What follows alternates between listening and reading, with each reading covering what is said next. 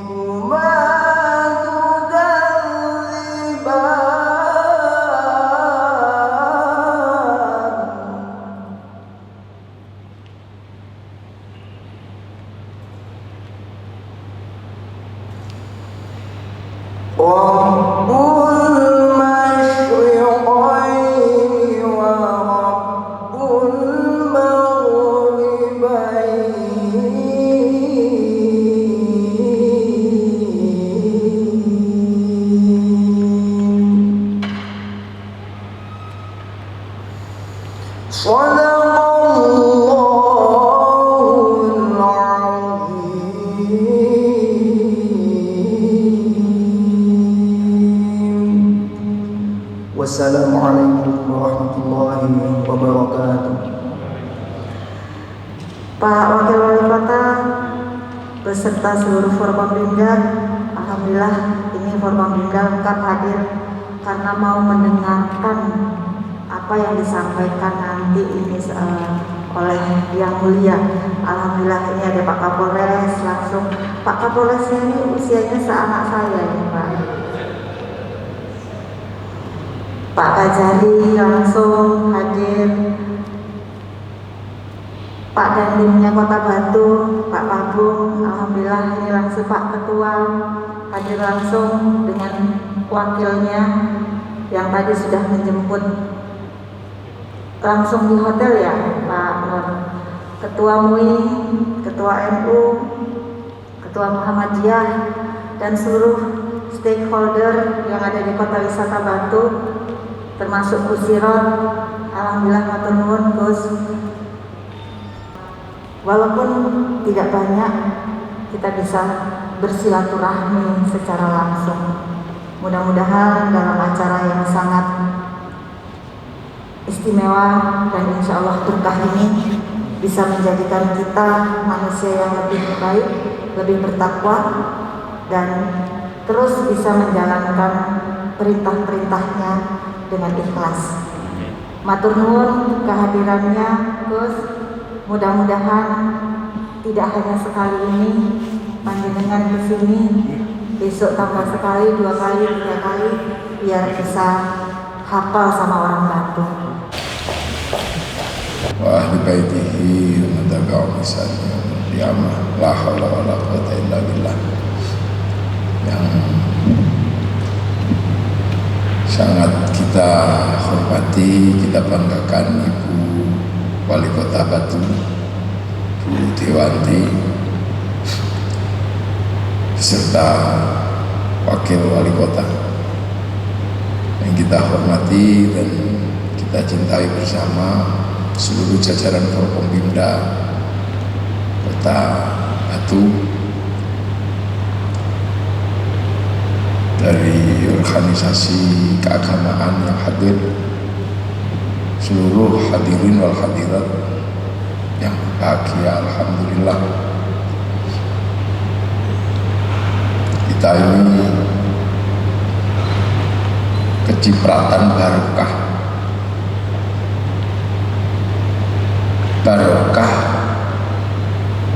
peristiwa 17 Ramadan pada saat Rasulullah Shallallahu Alaihi Wasallam mendapatkan wahyu dari Allah sekitar 1500-an tahun yang lalu. Jadi kita ini termasuk yang kecipratan barokah. Kenapa? Kita ini negeri yang udah cukup jauh. Perjalanan waktu membutuhkan 9 jam lebih naik pesawat.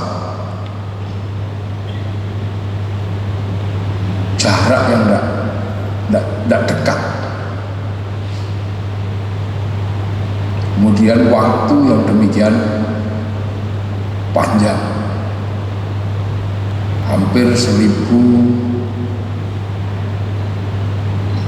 tahun lebih setelah Rasulullah mendapatkan wahyu. Tapi berkat hidayah dan kemurahan Allah, kita ini kebagian. Karena apa? Tidak semuanya kebagian. Afrika itu nggak terlalu jauh dari Rasulullah, nggak terlalu jauh. Itu tidak kebagian. Eropa hanya melewati Maroko, melompati kampung namanya Casablanca, terus Tangier, terus Eropa. Itu tidak kebagian. Akan tetapi kita ini yang sudah cukup jauh, ini masih kebagian. Dan bahkan hari ini kita ini termasuk negeri muslim yang paling komplit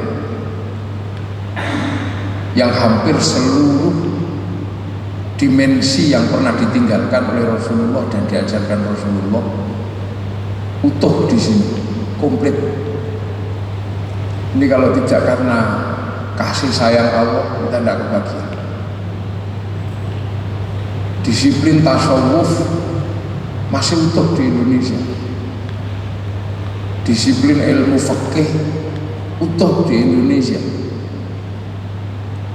Disiplin ilmu kalam utuh di Indonesia, dan populasi muslim terbesar dunia sekarang ada di Indonesia. Ini tidak lain dan tidak bukan adalah karena barokah yang diberikan oleh Allah atas kasih sayangnya terhadap warga bangsa yang dikenal penuh keramahan, penuh kasih sayang, walaupun secara fisik kecil-kecil, besek-besek.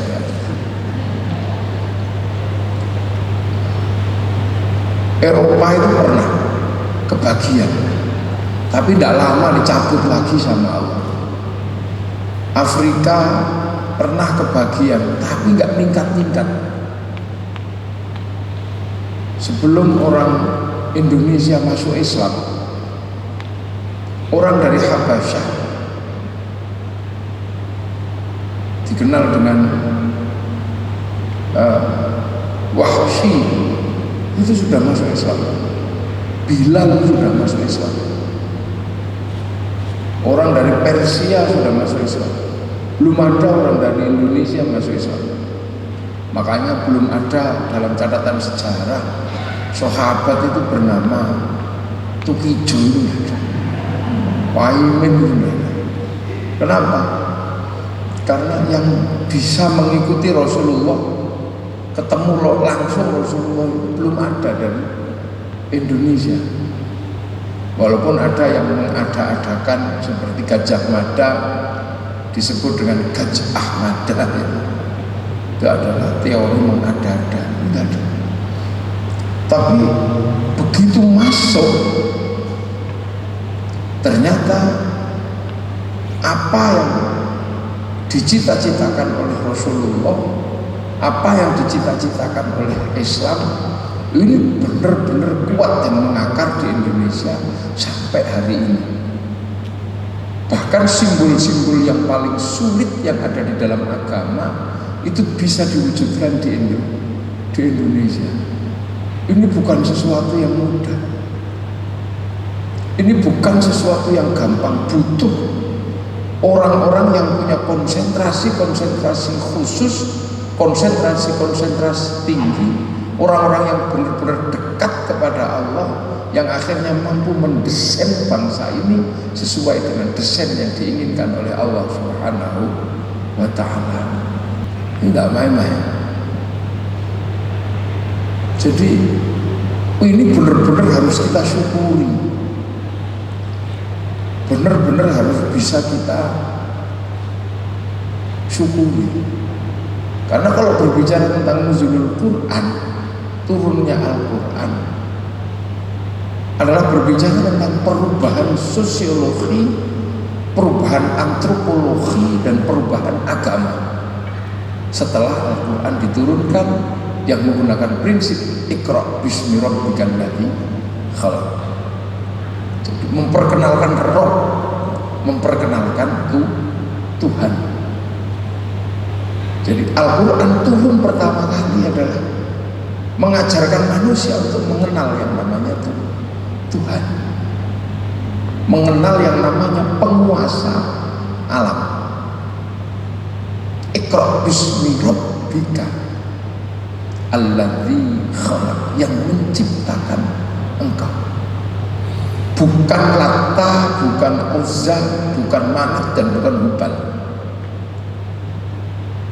Di tengah ketiadaan bayangan tentang adanya pencipta di luar alam ini,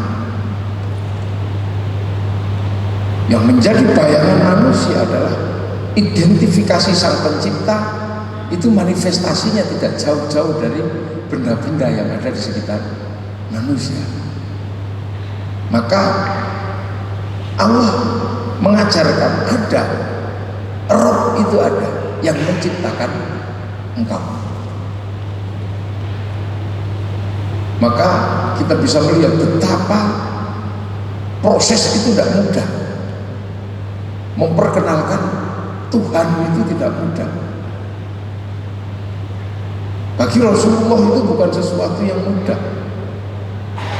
Satu, bahwa Rasulullah sendiri waktu itu tidak seperti sekarang ini orang sudah mengenal Tuhan. Arab itu pagan itu penyembah berhala. Tahunya bahwa di luar Lata, Uzza, Manat dan Hubal itu tidak terdefinisikan. Nah, sehingga ketika Rasulullah naik ke Gua Hira sebagai kebiasaan dari orang Makkah waktu itu, yaitu kholwat atau bertapa, sehingga mendapatkan wahyu. Banyak yang kemudian berspekulasi di tahun 90-an ketika Rasulullah ini kholwat, ada yang mengatakan bahwa kholwat itu adalah budaya Jawa. Maka ada sampai beberapa tokoh waktu itu termasuk di Jogja mengatakan bahwa kemungkinan Rasulullah itu ada turunan Jawa, kalau tidak terpengaruh budaya Jawa, karena Rasulullah itu bertapa, sementara tapa adalah budaya Jawa. Waktu itu saya bilang tidak, bahwa bertapa itu budayanya orang seluruh dunia. Bahkan orang Arab punya kebiasaan bertapa. Buktinya apa? Punya bahasa kholwat, punya bahasa tahanus. Kalau punya bahasanya berarti punya perilakunya. Kalau tidak punya perilakunya maka tidak punya bahasanya. Orang Arab punya bahasa tahanus, punya bahasa kholwat. Berarti orang Arab punya kebiasaan kholwat atau tahanus. Kalau punya bahasanya berarti punya perilaku sosialnya. Satu contoh, kita ini nggak punya yang namanya binatang yang tinggi lehernya dengan batik-batik. Yang punya itu orang Arab dan sekitarnya di Afrika sana.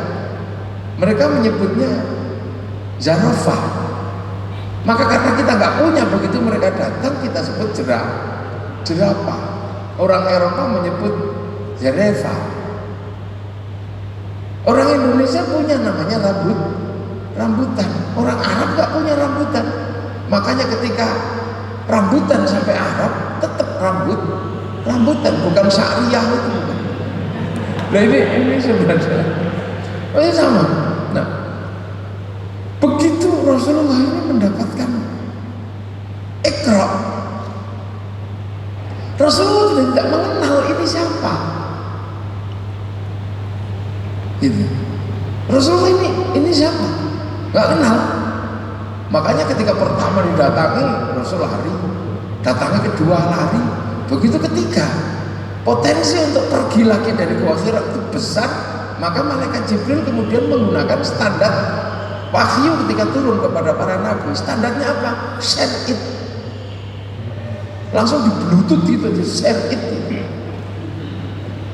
Setelah itu Rasul turun. Tanya Siti Khadijah juga nggak ngerti, karena yang mengerti tentang bahwa di dunia ini ada proses kenabian, ada yang namanya messenger, itu adalah orang yang mendapatkan pesan sebelumnya.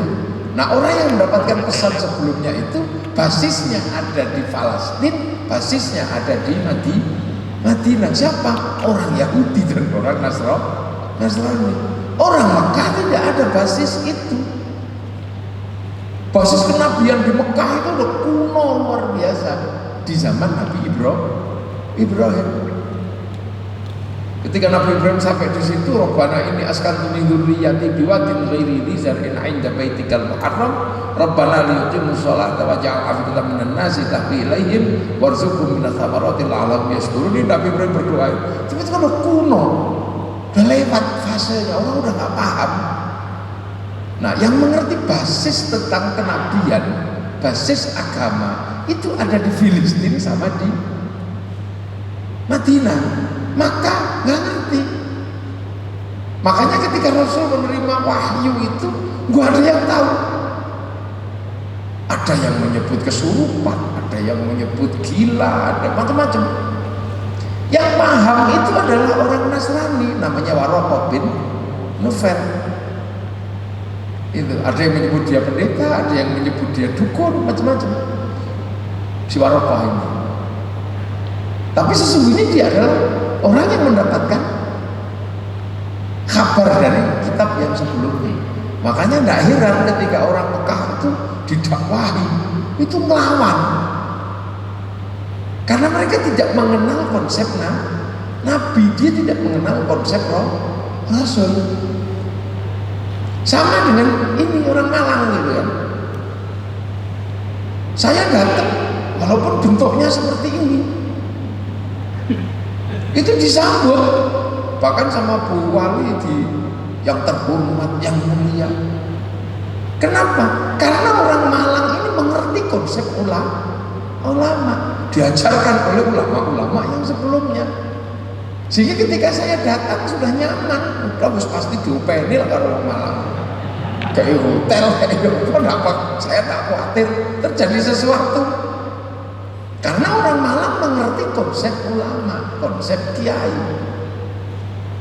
Akan beda halnya dengan ketika saya ke Irian. Di pedalaman Irian orang tidak mengenal konsep ulama, orang tidak mengenal konsep kiai. Ketika saya datang, paling menganggap saya ini tim pemburu babi. Gitu. Nah, makanya perlawanan orang Mekah itu benar-benar serius. Benar-benar karena mereka nggak punya konsep messenger, itu nggak punya, nabi nggak punya. Konsepnya ya penyair, agniya, orang kaya, syuara, penyair, itu aja. Makanya sampai Rasul hijrah, sampai dilawan, itu sebenarnya karena mereka nggak punya konsep Nabi. Baru kemudian setelah pindah ke Madinah, di Madinah diterima. Karena apa? Orang Madinah kenal konsep Nabi, konsep Rasul. Orang Madinah paham. Paling yang tidak terima karena dominasinya diganti oleh Rasulullah, kayak Bani Quraisyah, Bani Nadir, Bani Quraisyah. Itu percaya kepada Nabi, tapi dia nggak mau terima dominasi sosialnya diganti oleh Rasulullah. Gitu. Makanya jadi ketika Nabi datang, baru setelah itu Rasulullah melakukan kerja-kerja sebagai seorang Nabi, mulai ngajari sesuatu yang tidak mudah, benar-benar sulit. Pelajaran Islam itu kan benar-benar pelajaran sulit. Tuhan banyak, tiba-tiba diajari Tuhan satu, itu kan tidak mudah. Struktur sosial di sana itu, pengertian Tuhan itu banyak, ilahan akhor itu banyak. Tiba-tiba diajari Tuhan satu, itu tidak mudah. Terus diajari sholat. Dari terbiasa beribadah itu Tuhannya ada, tiba-tiba diajari Tuhannya tidak kelihatan. Itu bukan perkara mudah. Itu bukan perkara mudah. Biasanya ada terus dibikin serem kan gitu, matanya dibikin merah, terus ada sayapnya, ada taringnya, kasih tanduk. Tiba-tiba, itu kita aja di sini mungkin sudah merasakan enaknya. Kita nggak kebayang sampai kemudian Allah berkompromi. Oh budullah ka'annaka tarahu fa illam takun tarahu fa innahu yaraka. Beribadahlah seolah-olah kau lihat Allah. Kalau kau nggak lihat Allah, yakin Allah lihat engkau. Itu apa? Karena menghadapi problem sosial di mana orang Arab biasanya ada patungnya. Udahlah, yang penting kamu merasa diawasi Allah. Akhirnya orang bisa sembuh. Allahu Akbar. Jangan gerak, dilihat Allah, itu kan ada. Makanya akhirnya kita bisa merasakan dispensasi itu nikmat. Allahu Akbar. Tiba-tiba ding ding ding, bakso, enggak apa-apa. Yang penting jangan 2 mangkok Pak, itu jangan. Bahkan itu kan nggak mudah. Suruh toharoh, Toharoh itu pakai air. Di negeri yang air aja susah. Kalau toharoh itu di batu itu mudah. Kenapa? Batu itu gudang air. Kita bisa bayangkan betapa orang Arab itu jengkelnya luar biasa. Waktu itu sudah nggak ada air, diminum aja sulit. Tiba-tiba toharoh itu pakai air. Wudhu minum aja susah. Ini apalagi jinabat. Mandi besar pakai air harus dari kepala sampai kaki. Minum aja susah, ini malah disuruh kebiuran air. Padahal orang sana jinabatnya nggak kayak kita. Kita kan sebulan kadang 2 kali, sana sehari bisa 8 kali. Wah itu bisa bayangan betul. Jadi menghadapi sebuah tekanan sosial yang luar biasa sulit, nggak main-main. Kalau di sini orang jinabat tinggal nyemplung air, paling masalahnya kedinginan, udah itu aja. Kalau di sana air susah diminum aja susah. Itu diajari. Jadi pelajaran Islam itu benar-benar pelajaran yang sulit bagi orang Arab. Itu udah main-main. Zakat itu juga nggak mudah bagi orang Arab. Kenapa? Karena orang Arab itu makanan sulit, dimakan aja sulit.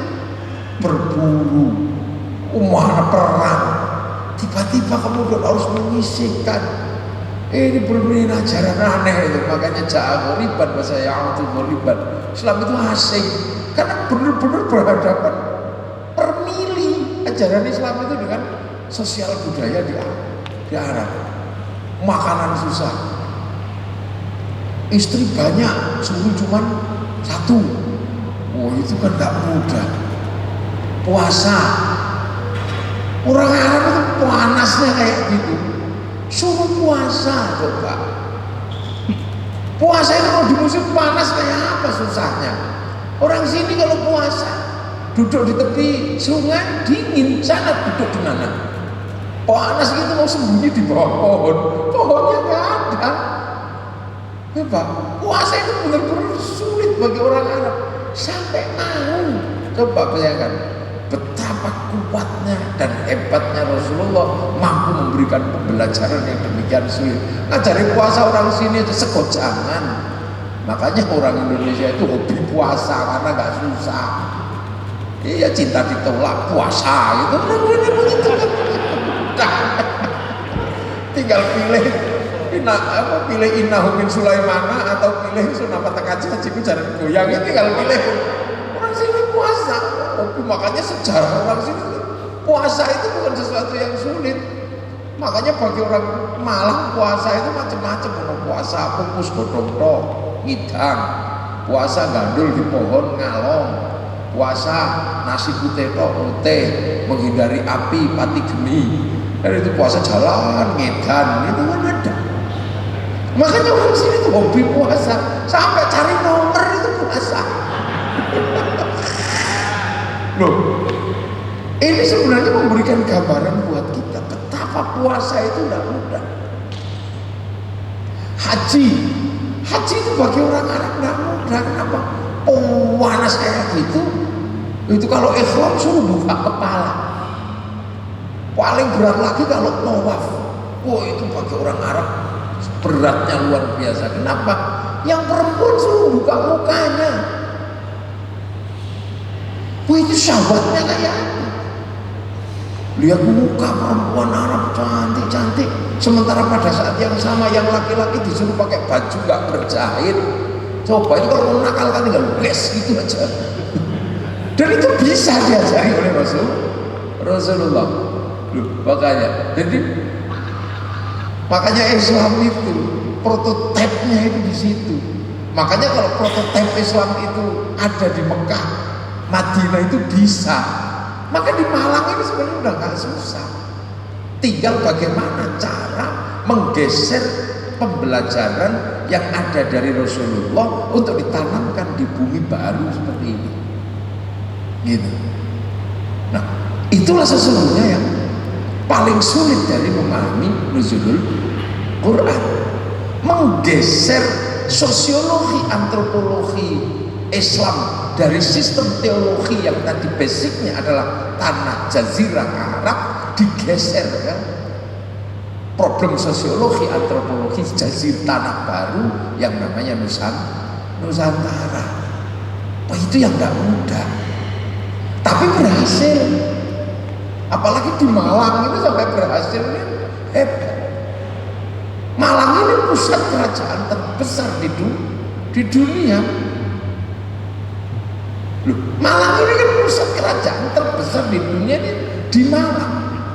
Negeri superpower pertama yang mampu menaklukkan superpower dunia itu dari Malang.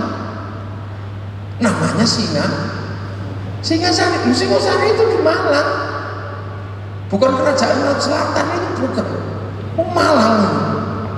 Kertanegara nama rajanya itu sanggup menaklukkan penakluk dunia yang namanya Mongolia. Mongolia itu Arab diobrak-abrik sampai habis. Eropa itu gedel duel diajar sama Mongolia. Cina negara sekuat itu habis. Tapi begitu datang menghadapi Kertanegara di Malang, habis sama Kertanegara. Bahkan orang-orang Singasari ini sampai di Semenanjung Korea Selatan membuat sebuah provinsi di Korea Selatan namanya Provinsi Kimhae. Danyangnya namanya Surowareng. Danyangnya Kimhae di Korea Selatan itu namanya Surowareng. Kan nggak mungkin Surowareng kok jenenge wong Korea itu hanya susah kan. Kim apa itu. Nah itu kalau Sukimen itu mungkin Kim ya, nama Kimen itu. Nah, itu di sana masih ada. Kalau penjenengan mau lihat, kuburannya ada di provinsi di Korea Selatan, ada provinsi namanya Kimhae. Itu danyangnya itu Surowareng. Danyang yang kalau orang Jawa itu menyebut nenek moyang sebuah daerah itu kan danyang. Karena dari kata dangyang. Orang Jawa itu kalau menyebut nenek moyangnya yang tua itu kan dangyang. Kepanjangan akhirnya dijikuk buntutnya dok jadi eyang gitu loh. Makanya orang tua itu kan eyang kakung atau eyang itu danyang itu bleset itu danyang. Jadi itu bahasa Jawa bukan demit sebenarnya. Karena kita kadang susah memahami itu terus dibangun harus demit, kita aja bukan. Dangyang itu bahasa Jawa. Kalau orang Arab itu orang tua itu namanya syaifun, suyuh. Kalau ubannya buahnya saiban. Nah orang Jawa itu danyang, eyang ini. Nah dulu kan belum ada rumusan Google, belum ada primbon, belum ada ruang-ruang kepustakaan. Maka seluruh persoalan itu ditanyakan ke dangyangnya itu. Nah pertanyaan dari anak cucu kepada para dangyang itu dikenal dengan istilah sesuatu yang di estoke, dipegang betul. Nah ngestok akan dawuhe para dangyang itu namanya dawuhnya itu dipundi-pundi, di estoke, bener-bener dipegang. Nah karena dawuhnya dipundi-pundi, maka para dangyang itu diarani pepunden. Nah omahe dangyang itu disebut punden itu bukan rumah demit sebenarnya. Nah kalau kemudian anak cucu itu setahun sekali kan makanannya habis terus merantau kemana.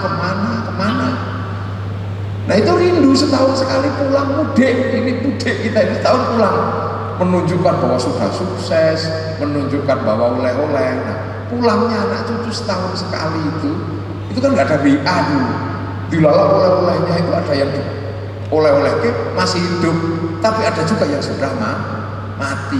Maka bagi yang sudah mati, oleh-olehnya ini diberikan kepada tempat di mana para dangyang itu meninggal, terus disembayangi. Nah, datangnya anak cucu pulang termasuk nyembayangi para dangyang itu upacaranya namanya serodo. Makanya orang Jawa itu menyebut ada nyadran karena upacaranya serodo. Terus dibilangi Mbak Buyutmu itu tidak mati, pindah jagat kecil ke jagat gede, maka ada merui kaki ganyang nini danyang. Nah terus Islam itu datang mengajarkan hal yang sama. Walladzina ja'u min ba'dihim yaquluna rabbana ighfir lana wa li ikhwanina alladzina sabaquna bil iman. Anak-anak yang datang belakang itu harus mendoakan yang berangkat lebih dulu, yang bawa iman. Maka kemudian, dan Islam lebih mudah mencari nenek moyangnya karena nenek moyangnya itu dikubur. Jadi nyarinya lebih gampang, kuburannya ada, fazuruha, berziarahlah. Nah, ketika ziarah dibilang orang tuamu belum mati, bal ahya'un 'inda rabbihim, tetapi masih hidup, maka lahirlah ila ruhi ila hadrati. Nah, Islam juga diajarkan orang matimu itu bawakan makanan yang banyak. Tapi beda kalau yang tadi ditaruh di petilasannya. Kalau Islam diajarkan panganan dewe supaya jadi sodakoh. Maka srodo nyatran klepun istilah sodakohan, maka lahirlah istilah sedekahan. Nah, kebetulan yang disedekah itu wis mati nang jero bumi, maka lahir istilah sedekah bumi. Sementara bangsa yang lain itu peristiwa-peristiwa seperti ini itu dikemas, diceritakan. Kalau dulu versi kita adalah ketoprak, versi ludruk, tapi sekarang versi sinematik nggak ada yang garap. Ini mungkin pemerintah Batu mesti kerjasama dengan Kabupaten Malang untuk mengingatkan kembali bahwa ada sejarah besar yang berangkat dari tanah Malang. Kalau Cina untuk memelihara kayak begitu, itu filmnya nggak ada habisnya untuk membangkitkan semangat kebesaran bangsanya. Film kungfu itu nggak ada habisnya. Ular putih itu film terus.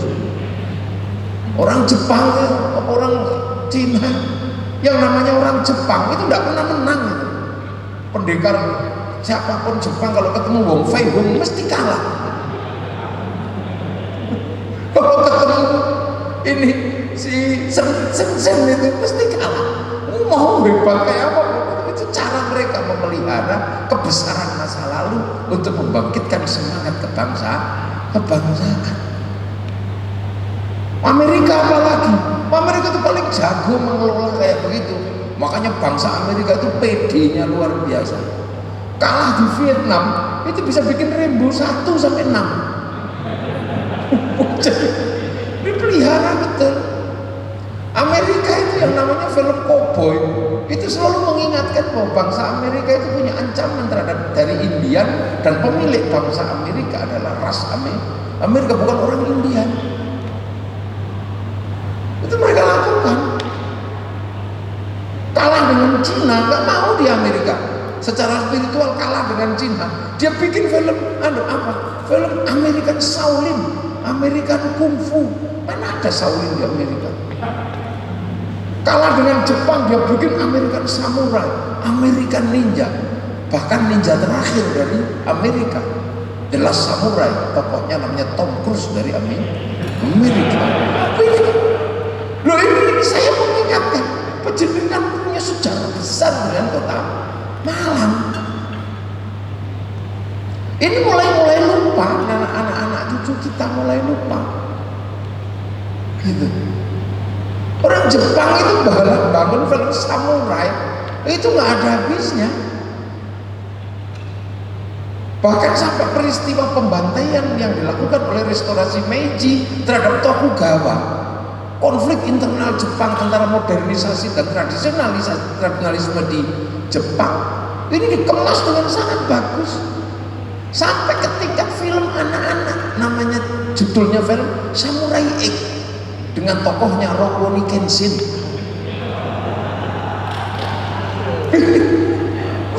Bangun, ini sekedar mengingatkan. Itu. Mulai semua ini kan dunia baru. Kalau dulu ketoprak kayak begitu, opera kalau orang Eropa. Kalau kita itu punya. Kita punya, tapi kita sering lupa karena selalu mikir biayanya mahal.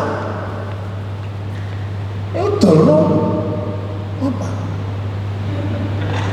Dulu tretes.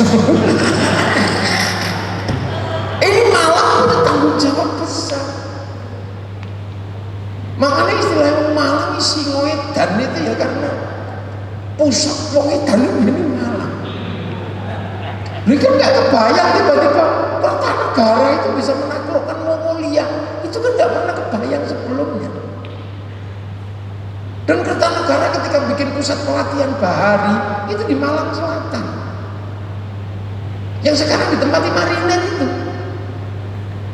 Makanya kan orang selalu bertanya-tanya, kenapa pusat marinir itu di Malang? Ya karena itu sesungguhnya Bung Karno dulu nampak tilas kekuatan Kertanegara sebelum menyerang Mongolia, latihannya di Malang Selatan. Malang Selatan itu yang sekarang menjadi pusat marinir itu. Yang akhirnya kemudian oleh Bung Karno, marinir di Malang itu yang dulu masih namanya KKO mendapatkan panji khusus untuk dijamas setiap tahun sebagai simbol kekuatan maritim, kekuatan bahari di Indonesia. Nah, itu latihannya Kertanegara itu di Malang Selatan. Makanya kapan-kapan mesti yang namanya Kota Batu, Kota Malang ini harus bekerja sama untuk mengingatkan kembali. Mungkin ada upacara bersama dengan marinir itu untuk mengingatkan bahwa negeri ini pernah menjadi penakluk dunia dan keberangkatannya dari daerah Malang namanya pasukan Kertanegara yang dikenal dengan ekspedisi besar namanya ekspedisi Pamalayu. Sini itu besok nanti dibikin filmnya. Kalau orang Cina bisa kerjasama dengan Hollywood bikin Mulan, bukan sesuatu yang sulit kalau kemudian orang Malang bisa bekerja sama dengan Hollywood untuk bikin Kertanegara. Singasari, saya mendukung untuk iya, tapi kalau mendukung bila perlu nek golekno duit nek aku tak rewangi golek duit. Tapi bahwa pemerintah harus menjadi pemimpin dalam proses ini kan sekarang sesuatu hal yang dulu dijangkau dengan kecil-kecil. Karena bangsa kita ini bangsa yang sejajar dengan bangsa yang lain, bukan bangsa kelas 2, sama. Orang Eropa punya cerita cinta yang dikenal dengan nama cerita Romeo Juliet. Orang Cina punya Sampai Ingtai, orang Arab punya Kais dan Laila. Kita punya yang di Lumut. Lihat Panji Asmoro, bangun. Apa bedanya kita punya? Sana punya orang kuat namanya Samson. Kita punya orang kuat namanya Bantul Bondo. So di sana punya ibu tiri yang kejam namanya Cinderella. Kita punya bawang putih, bawang merah. Apa bedanya? Dipikir kita ini beda sama. Gitu. Jadi bangsa ini punya kekuatan. Makanya kadang kalau ini tidak dijelaskan kepada anak-anak hari ini, itu hasilnya adalah hampir prestasi bangsa ini tidak pernah diakui. Dan itu mulai menggejala seiring dengan era transnasional dari sebuah era yang disebut milenial. Ini kan gak ada benernya ini sekarang bangsa ini bagi beberapa orang ini. Ya kan? Punya tumpeng salah, punya tahlilan salah, punya ziarah kubur salah, punya keris musyrik. Semua ini kan lagi tren ini. Ini karena gak ada yang bisa menjelaskan dan kita acuh dengan hal-hal seperti itu. Kita bangsa yang kuat. Dan itu bisa kita lihat dari hal yang sederhana, misalnya tentang alat musik. Orang Arab itu alat musiknya terbang, terbuat dari kayu dan kulit kambing. Kayu tinggal motong, kulit tinggal motong kambingnya. Orang Eropa punya alat musik namanya gitar, duplikasi dari outnya orang Timur Tengah. Itu terbuat dari kayu dan tali, nggak susah. Tapi bangsa ini punya alat musik namanya gamelan, terbuat dari logam. Artinya hanya bangsa yang kuat secara metalurgi dan punya pengetahuan pertambangan yang maju mampu membuat alat musik dari logam. Ini yang ngingetin siapa? Ibu Dewanti deh. Kecil ini harus mulai melakukan kerja-kerja yang ngingetin Malang ini. Lalu istilahnya singo edan. Wong singo iku ora edan medeni. Apa benar singo edan enggak apa medeni. Malaysia tahu betul tantangan ke depan adalah konflik antar anak bangsa karena problem ras antara India, antara Cina, antara Melayu, ini akan meruntuhkan bangsa Malaysia. Maka kemudian dia sadar betul, dipotong itu semua dari sekarang, bahwa anak Malaysia tidak boleh melakukan itu. Maka kemudian membiayai film anak-anak yang akhirnya melegenda namanya Upin Ipin. Karena si Upin dan si Ipin itu masa depan Malaysia, maka dia tidak boleh konflik dengan India. Maka diajarkan dari kecil mengenal tokoh namanya Jarjit. Dia nggak boleh ribut dengan anak-anak Cina, dikenalkan dengan Mei Mei.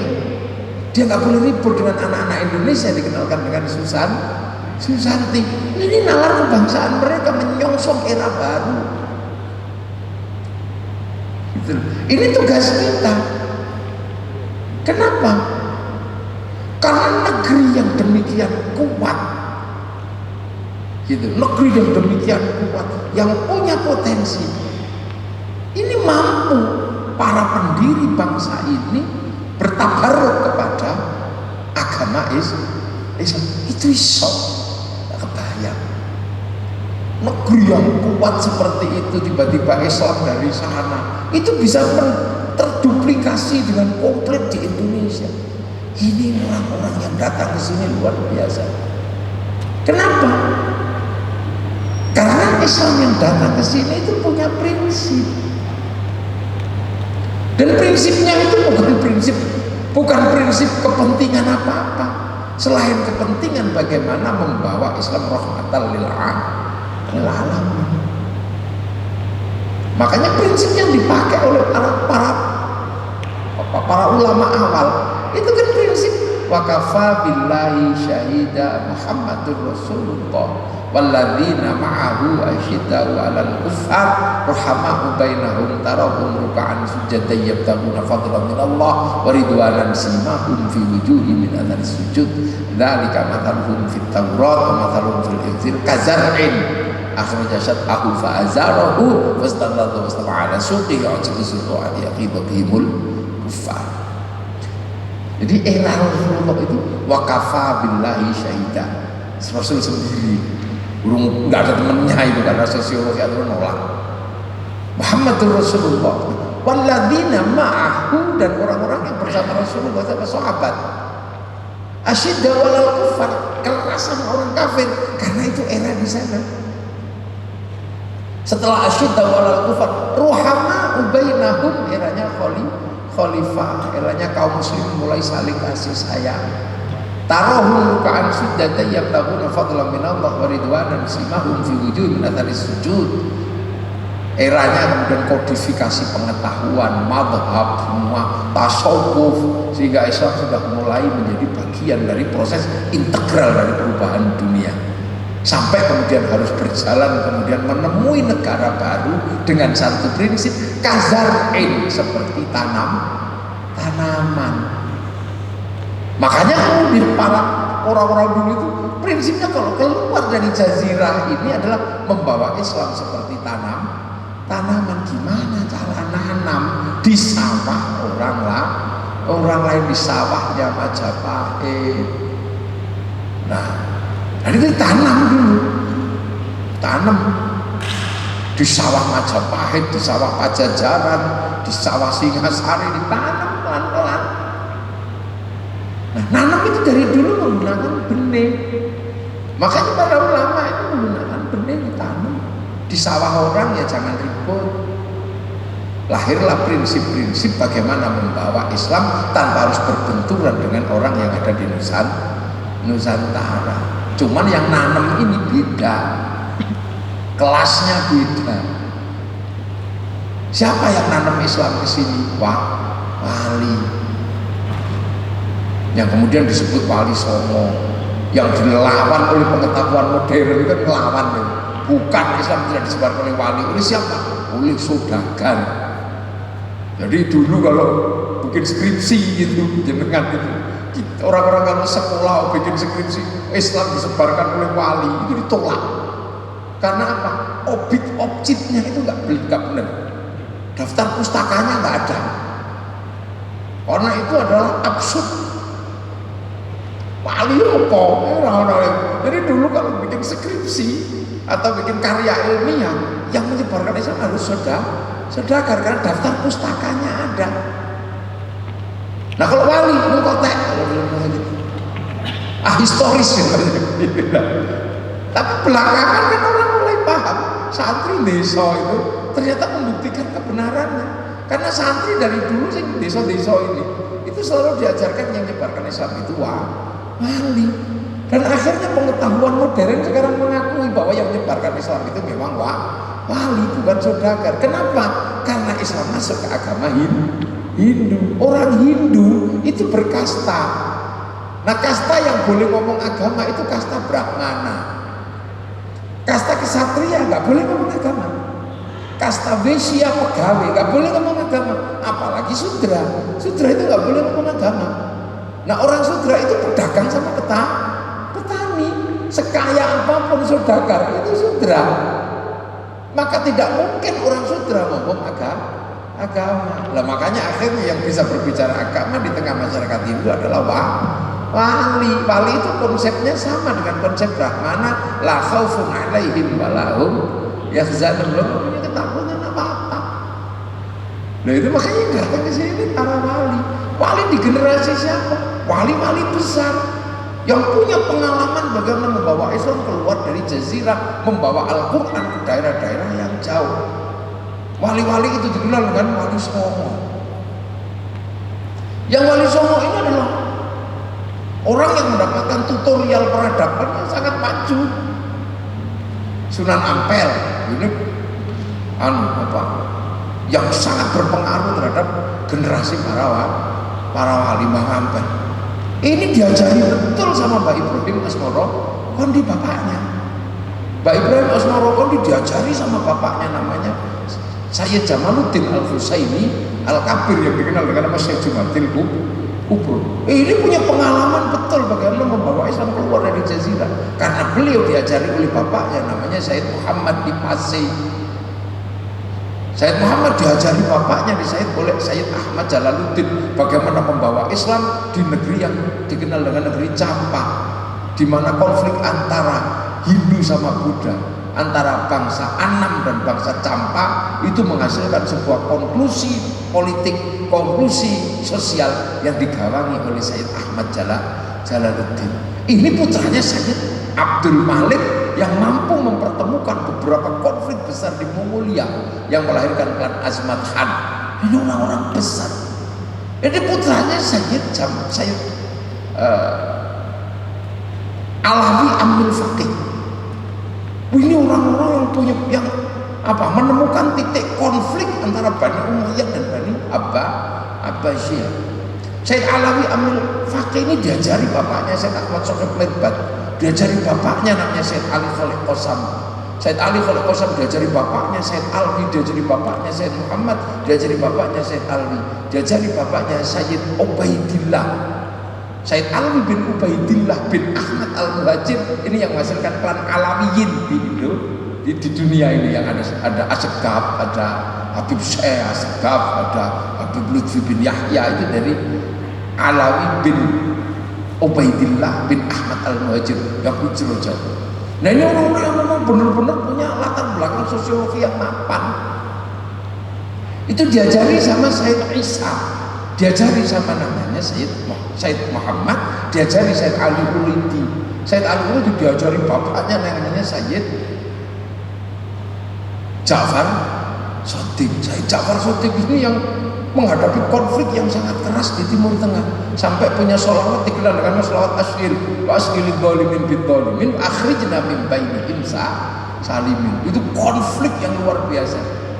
Jadi ahli dalam mengatasi resolusi konflik. Ini putranya Sayyid Sayyid Bakir, putranya Sayyid Ali Zainal Abidin, satu-satunya yang selamat dari pembantaian Karbala di bulan Asyura. Makanya bulan Asyura kemudian masuk ke sini dikenal dengan bulan Syuro karena Asyura itu panjangan. Makanya kemudian orang sini kalau bulan Syuro itu ada santunan anak yatim untuk mengingat itu. Itu orang sini nggak mantu karena itu bulan duka, jangan mantu di bulan Syuro. Itu putranya Sayyidina Husain yang dipenggal di Karbala. saudaranya Sayyidina Hasan, putranya Sayyidina Ali bin Abi Thalib yang menghadapi konflik dalam situasi terakhir bersama Bani Umayyah. Itu menantu Rasulullah Muhammad Sallallahu Alaihi Wasallam. Jadi orang-orang yang benar-benar jenius.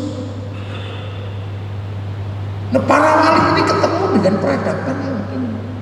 Makanya kemudian melakukan kerja, tidak kemudian mahi unda, nanam pelan-pelan.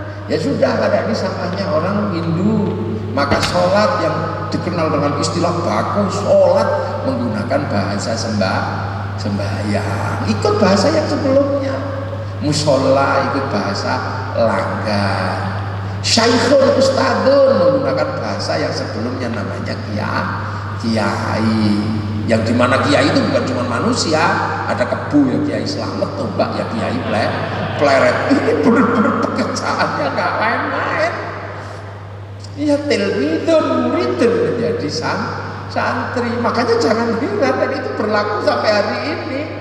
Karena Yamaha itu telat datangnya keduluan Honda, maka bagaimanapun baiknya Yamaha tetap bernama Honda. Hondamu opo? RE King, ya kan itu, ya kan? Seluruh minuman botol itu tetap Aqua. Tuku Aqua metune Ades biasa. Bahkan beli Aqua metune apa ini? Reflection bisa. Ya seluruh ini apa pompa air mereknya beda-beda, namanya sanyo. Itu dari dulu. Jadi jangan heran antara isi dan bungkus bisa jadi beda, itu orang Indonesia. Kalau lebaran seluruh bungkusnya kongwan, isinya rengginang.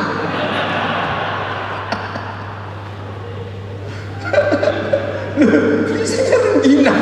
Ini jangan heran. Itu karena kesadaran kazarain seperti tanaman, maka syahadat ditanam dengan syahadaten menjadi sekaten.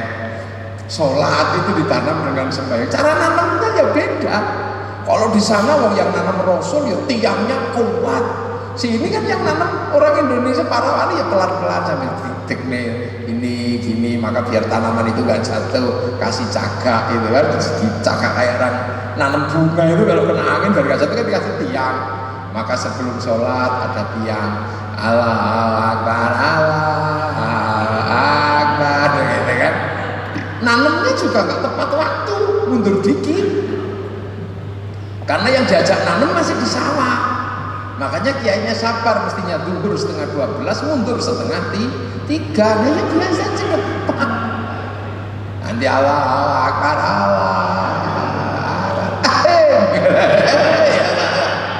Nah, ini belum datang, ini sadar gitu kan? Karena belum datang gitu ya. Kiainya dengan nggak ribet, dengan tunggu ya sudah deh, tunggu. Wong ini tanaman lokal ini. Robana ya Robana sambil ngantuk-ngantuk gitu.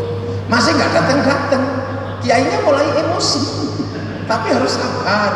Maka tobo hati ini kan pegel ya nambahnya hati ini dewi. Nah, walau masih nggak datang-datang, baru kiainya emosi. Diurugian jangan terawat. Itu dan ini jangan nanam terus sholat Allahu Akbar. Karena apa? Ini belum berdiri, belum bajek. Jangan sampai kemudian patah nanti pelan. Nah ini udah Allah.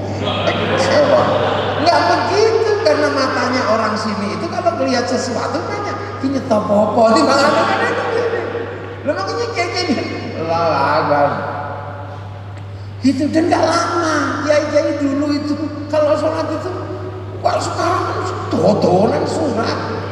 Bismillahirrahmanirrahim. Sabbihisma rabbikal a'la alladzi khalaqa fasawwa walladzi qaddara fahada. Suwe. Ini tareh ini orang sini cepet. Bismillahirrahmanirrahim. Bismillahirrahmanirrahim. Maliki yaumiddin. Iyyaka na'budu wa iyyaka nasta'in. Ihdinas siratal mustaqim. Siratal ladzina an'amta 'alaihim ghairil maghdubi 'alaihim waladdallin. Amin. Bismillahirrahmanirrahim. Yasin. Allahu Akbar. Nah. Ini dinamika yang indah. Bagaimana kemudian Islam yang benar-benar kuat itu ya, yang limo itu, yang disebut antasyhadu an la ilaha illallah wa anna muhammadar rasulullah wa tuqimus sholata wa tu'tiyaz zakata wa tasuma ramadhana wa tahujjal baiti man istata'a ilaihi sabila. Ditanam. Setelah itu, setelah ini berdiri ini, setelah selesai cagai lagi dengan zikir la ilaha illallah, la ilaha illallah. Itu. Loh, kenapa orang sini itu bahasa Jawa dan banyak yang tidak mengerti zikir, maka kiainya zikirnya keras supaya yang tidak bisa zikir mendengar terus menirukan dan biar nggak tidur. Elah. Dan ini kalau terus kiainya cuma diem gini dong. Nah, yang sepuh-sepuh itu kan kasihan, mau coba mbak, itu betapa orang dulu itu hebat. Jadi agama itu menjadi indah, benar-benar tanaman yang menyenangkan, menyegarkan. Karena apa? Akan dikonsumsi oleh orang Indonesia. Itu jadi tanam dengan cara sini, jangan cuma ditanam dengan cara sana. Kurma itu ditanam di sini, hidup tapi nggak ada buahnya, tanam dengan cara sini. Sholat, terus zakat, ya ditanam dengan cara sini. Di sana gandum, di sini beras, ya biasa. Di sana apa kurban, di sana sapi, di sana unta, di sini sapi. Itu proses ilmu fikih yang sangat panjang. Terus puasa misalnya, ya di sini yang beda. Kalau orang di sana puasa ya langsung puasa gitu aja. Kalau di sini mau puasa aja imuk-imuk dulu, tanggalnya wis turun loh. Sampai orang sing ngimuk di Gresik, ada yang lihat di Ancol, tapi ada yang cuma ngitung tok, belum hitungannya. Tapi ada yang ngimuk-ngimuk untuk meyakinkan itu dideloki gitu. Itu. Dulu kan sini, habis itu padusan, mandi. Terus kemudian apa sore-sore itu namanya ngabuburit, golek kolak, udah ada golek kolak, terus kemudian mercon. Jadi mercon itu perlengkapan puasa bagi orang Indonesia. Bupati, Pak Kapolres, jangan dimarahi.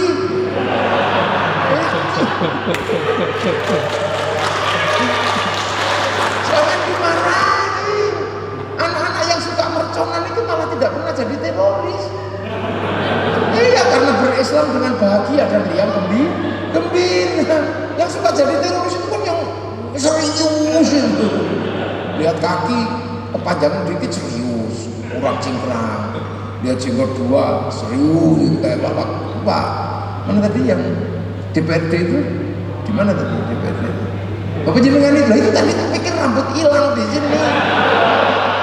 Oh, ininya dulu ada jenggot di sini, panjang keliwir itu. Gak taunya jimat.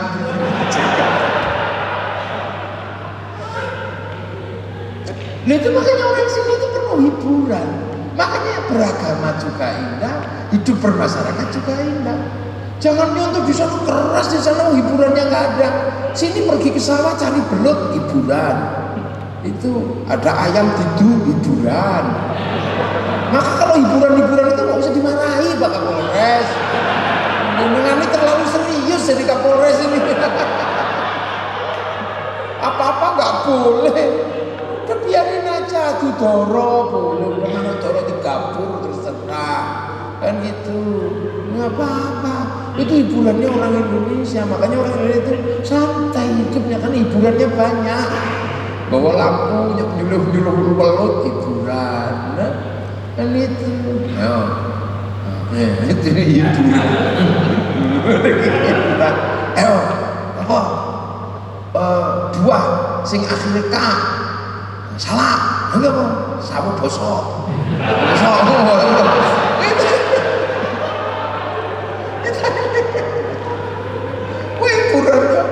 banyak.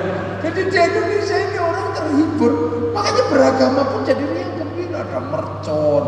Nanti kemudian kalau akhir Ramadan ada berkunjung yang muda, kirimi makanan yang tua. Habis itu halal bihalal, hiburan. Makanya kalau dilarang mudik nggak apa-apa. Tapi kalau ada gelsek-gelsek ketahuan nggak usah dimarahi. Udah yang calon besar itu dihadang nggak apa-apa karena ini ketentuan negara. Tapi kalau dia sudah berusaha sampai delesep-delesep, sampai masuk mobil box, yang maksud dimarahin.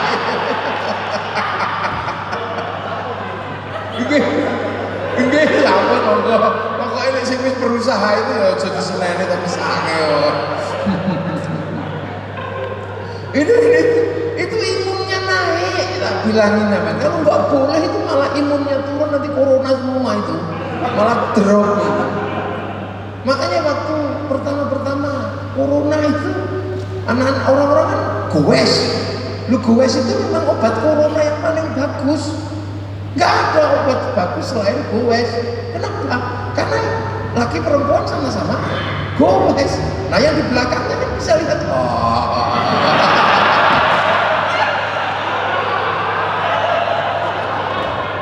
Loh, iya kan? Loh, semua hiburan. Bayangkan, jadi Islam itu ditanam dengan riang gembira. Apapun itu indah. Sholawat indah kalau di Indonesia. Sholawat yang tadinya sendiri-sendiri menjadi ruang kegembiraan. Oh gembira, oh ini sampai ya nana, muter-muter. Nah kalau nggak di Indonesia, yang seneng dangdutan, ya Rasulullah, salamun alaikum. Kalau nggak di Indonesia mana ada. Nah itu di Indonesia. Berdoa yang tadinya sendiri-sendiri menjadi sesuatu yang indah dan berbahagia. Dongo bareng namanya istighosah syapon pakai kliwon ibu-ibu naik truk kalau nyanyi itu ada di istighosah. Orang mati yang tadinya sendiri-sendiri menjadi ruang hidup bersama pitung dino 40 hari setiap tahun. Yang akhirnya kemudian orang punya rasa cinta terhadap orang-orang yang sudah meninggal, di mana tempatnya itu diziarahi. Akhirnya lahir rasa cinta terhadap tanah di mana gurunya bersema. Suruh ngebom, ya nggak berani menghadap makam gurunya. Coba yang suka ngebom itu pasti nggak suka ziarah kubur. Dia kadang ditakuti. Hantu aja nggak takut, gimana? Musuhnya bid'ah. Kalau kita ini sama genderuwo aja masih takut. Jangan di sebelah situ, ono genderuwo nih. Sana kan goib gak ada, itu apa? Jadi manusia akhirnya kemudian tidak punya ruang di mana dia ada kontrol secara sosial, nggak punya. Makanya Pak Kapolres dan tim tidak usah khawatir. Orang-orang yang suka ziarah kubur, yang Islamnya yang gembira, nggak akan jadi teroris. Sudah percaya sama saya, nggak ada. Teroris itu lahir dari kelompok-kelompok orang yang hidupnya riang gembira, nggak ada. Biasa aja nyantai, makan bareng-bareng, umpeng gitu. Dan kiai-kiai itu ada titik yang paling ekspresif. Apa? Pidato ini kan nggak bisa dikontrol, ini ceklan mic. Dan pidato yang paling tidak bisa dikontrol itu khutbah. Rauno khutbah kok diinterupsi. Makanya ruang tertinggi dari tiadanya jadi absolut seorang khotib itu. Kalau cara santri tetap dikasih tongkat dan teks, jadi tetap baca. Nggak mungkin maki-maki orang sambil baca, ini nggak mungkin. Tapi akhirnya begitu tongkat bid'ah, baca bid'ah, akhirnya tanpa teks, ya maki orang. Coba makanya kalau sampai lihat masjid yang sudah gak ada tongkatnya dan gak ada tagnya itu pasti sering dipakai maki-maki orang itu. Loh, ini cara kita merawat dari dulu. Puasa indah, haji indah. Para wali dulu, para ulama biar haji ini gak terlalu bermasalah karena dulu haji itu bermasalah. Ketika Islam datang awal, haji itu masalah. Makanya para wali tidak menganjurkan pergi haji ke Mekah dulu. Karena apa? Khawatir keliru. Di sini nggak boleh ke candi, batu. Iman belum kuat begitu sampai Mekah perlu Ka'bah. Loh, kok pada batu nih? Oh itu bisa konslet itu. Iya. Di sini nggak boleh pakai air Arjuna atau air Coban Rondo. Kok tekan kono kok? Kok ono banyune zam-zam. Oh itu bisa orang bisa fatal itu. Di sini nggak boleh gadri menyembelih bilang sampai satu korban. Di sini muternya kiri ke candi. Loh, kok pada muter ini kono pakai tawaf? Kainnya pada selimpangi. Apa nggak pusing itu dulu awal-awal itu. Di sini digundul sampai sana dulu, kok cukur, kok tahalul. Itu makanya para wali dulu tidak menganjurkan pergi haji. Kemana hajinya? Ke gunung-gunung di mana gurunya bikin masjid. Dulu misalnya di Jogja, Syekh Jumadil Kubro bikin masjid, maka santri-santri pergi ke masjid di Merapi 41 kali Jumatan tidak pernah putus. Itu sama dengan mendapatkan pahalanya ibadah haji. Makanya orang-orang tua dulu membayangkan ada yang haji itu cukup ke Gunung Merapi. Nah, ini problem sosiologi. Di Gunung Bawakaraeng ada Datuk Li Bandang yang di sana bangun masjid, itu muridnya Sunan Ampel di sana. Nah itu bikin masjid, maka orang-orang Sulawesi kalau pergi haji ke Gunung Bawakaraeng. Kenapa? Karena untuk sholat Jumat 41 kali tidak putus. Karena kalau langsung diberangkatkan ke Mekah, wih sokun selet itu. Makanya akhirnya sebelum ke sana latihan dulu di alun-alun Batu. Lampai ke rumah saja, terus riang gembira pergi haji, diantarkan 2 bis pergi ke Surabaya, yang pergi haji diantarkan ke Juanda, yang nganter belok ke kebun binatang Wonokromo Surabaya. Jadi benar-benar ditanam dengan sangat indah. Ini luar biasa.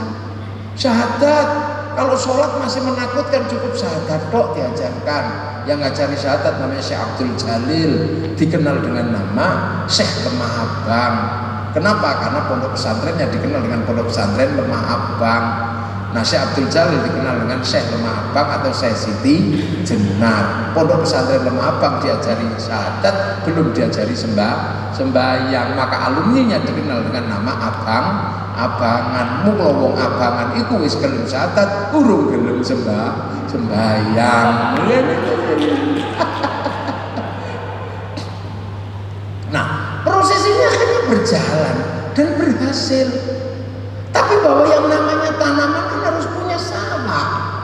Kalau tanaman kok ngontrak itu piye repotnya sendiri. Akhirnya bagaimana punya sawah. Maka bagaimana tanaman ini bisa ditanam di sebuah sawah? Maka harus melakukan konstruksi sosial, konstruksi budaya, sosiologi dan antropologi. Nah, itulah maka kemudian mulai mengerjakan kerjaan-kerjaan struktural. Setelah kerja-kerja budaya, berikutnya adalah kerja-kerja strategis struktural yang bersifat kenegaraan atau kewilayahan. Mulai raja, hamba, yang tadinya adalah struktur sosial yang ada di Indonesia, hierarkinya raja, hamba, mulailah diperkenalkan dengan sistem hidup bersama tanpa kasta dan tanpa kelas. Siapa yang punya konsep seperti itu? Rasulullah membayangkan manusia adalah orang yang saling bertanggung jawab dengan konsep kullukum ra'in wa kullukum mas'ulun an ra'iyyati. Ra'iyah inilah cita-cita Rasulullah, manusia yang saling bertanggung jawab, bukan raja, bukan hamba, bukan kawula, bukan gusti. Dan para wali pelan-pelan bisa memperkenalkan itu. Lahirlah kemudian peleburan raja dan hamba, kawula dan gusti, menggunakan konsep baru namanya konsep ra'iyah yang diserap ke bahasa Indonesia menjadi rakyat. Dan satu-satunya bangsa muslim dunia yang sanggup mengambil kalimat ra'iyah untuk menyebut warga bangsanya hanya ulama Indonesia. Ada ra'iyah, makanya tapi identitas lokalnya nggak hilang. Yang hamba tetap menyebut diri ambu, yang kawula tetap menyebut diri kulo, yang hamba sahaya menyebut diri saya, yang abdi masih bilang abdi di Sunda. Ini mana yang bisa? Begitu Islam dititipkan dengan strukturnya Rasulullah, apa yang nggak bisa? Oh, Rasul dititipi, ya mesti tanggung jawab. Maka kemudian ra'iyah di Indonesia menjadi sebuah konsep yang akhirnya sekarang berhasil. Dan kita ini ra'iyah yang saling bertanggung jawab. Orang ke gereja melanggar lampu merah, ya undang-undangnya sama. Orang ke masjid lampu merah, ya undang-undangnya sama. Pergi Idul Fitri beli motor pajaknya ya sama. Pergi Natalan pajak motornya ya ya sama. Maka dalam ra'iyah ketika saling bertanggung jawab, maka jangan salahkan dalam undang-undang yang sama saling menjaga. Makanya dalam undang-undang yang sama saling menjaga, Banser jaga gereja di hari Natal, orang Hindu jaga masjid di Idul Fitri. Itu penjagaan dalam kesetaraan undang-undang yang sama, bukan dari bagian menyembah atau tidak menyembah. Nah, ini yang kadang mesti dipahami. Makanya Pak Polisi jaga apa? Wong ini undang-undangnya sama. Itu jaga gereja ya kadang jaga masjid, ya kadang jaga apa? Yang mengganggu ra'iyah ya diselesaikan sama aparatur negara. Walaupun sesama muslim tapi nek ngebom ra'iyah yang lain ya diselesaikan. Itu karena mengganggu sistem ra'iyah. Nah, ra'iyah ini kalau berkumpul dibikin satu mekanisme yang saling bertanggung jawab. Mekanisme ra'iyah saling bertanggung jawab namanya musyarakah, yang akhirnya disepakati dalam bahasa kita masyarakat. Nah, ketika terjadi perbincangan untuk saling menegosiasikan kepentingannya, apa yang dilakukan? Sandarkan kepada Allah, karena Allah perintah wasyawirhum fil amri. Maka sistem negosiasi ra'iyah dalam musyarakah menggunakan standar wasyawirhum fil amri, yang kemudian melahirkan bahasa Al-Quran menjadi bahasa kita musyawarah. Dan kalimat itu bukan kalimat yang menempel di dinding-dinding pasar, tapi itu menempel utuh dan mutlak di dalam landasan ideal bangsa Indonesia, namanya Pancasila. Itu bukan bahasa cangkruan di warung kopi, bukan bahasa di warung warung tadi saya mampir ke sana. Itu bahasa resmi dalam undang-undang negara. Makanya kepemimpinan tertingginya Majelis Permusyawaratan Rakyat, Dewan Perwakilan Rakyat. Lu kayak gini terus kamu bilang tauhid, kamu belajar dari mana? Ini perlu diingatkan kembali bahwa bangsa ini sudah menggunakan prinsip-prinsip Islam, prinsip-prinsip syar'i berjalan di sini semua. Nah ini yang kadang mempertanyakan, lu itu bahasa Pancasila itu bahasa Islam semua, ketuhanan yang Maha Esa. Kalau orang mengerti kenapa Syekhul Ustadzun menjadi kiai, tilmidun muridun menjadi santri, pasti dia akan mengerti kenapa Qul huwallahu ahad menjadi ketuhanan yang Maha Esa. Kemanusiaan yang adil dan beradab. Adilun ini bahasa Arab, adab juga bahasa Arab. Kerakyatan ra'iyah yang dipimpin oleh hikmah, ini bahasa Al-Quran.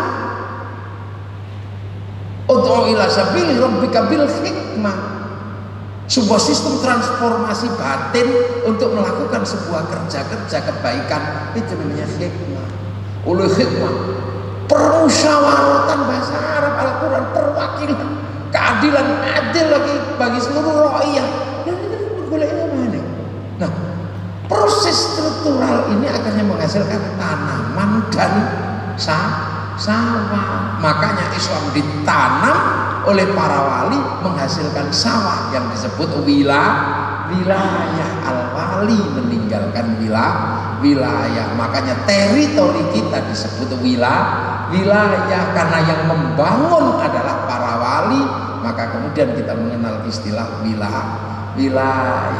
Maka siapapun pemimpin di Indonesia harus waspada. Kalau ada gerakan yang tidak sesuai dengan desain para wali, cepat atau lambat pasti konslet. Karena apa? Indonesia ini sudah didesain oleh para wali, maka hiduplah sesuai dengan desain para wali. Keluar dari desain para wali pasti akan bermasalah di Indonesia. Maka penjenengan sebagai wali kota, penjenengan sebagai kapolres, wakil wali kota, DPRD, semuanya ini harus punya rasa terima kasih kepada para pembangun wilayah. Caranya sederhana. Kalau hallnya datanglah ziarahi kuburnya, bikin ziarah wali Songo atau apa gitu. Jadi orang kalau digalikan sumur, jangan lupa airnya itu dari para penggali sumur. Hidup di daerahnya para wali, kemudian mengolok-olok wali, namanya gosok. Nah, ini prinsip-prinsip dasar wilayah. Nah, makanya kemudian menjadi pertanyaan besar bagi seluruh dunia, desain para wali ini dengan ro'aya, dengan penggunaan istilah-istilah yang tidak melukai bangsa yang tadinya sudah ada. Inilah jawabannya. Kenapa Arab satu bangsa bisa pecah menjadi puluhan negara? Kenapa Eropa satu bangsa bisa pecah menjadi puluhan negara? Tapi kenapa kita puluhan bangsa mampu bersatu dalam satu negara, Kesatuan Republik Indonesia? Itu jawabannya. Karena desainnya adalah desain memahami perbedaan. Nah itu, nah inilah prinsip-prinsip itu. Jadi memahami Quran ini ditanam betul di sini.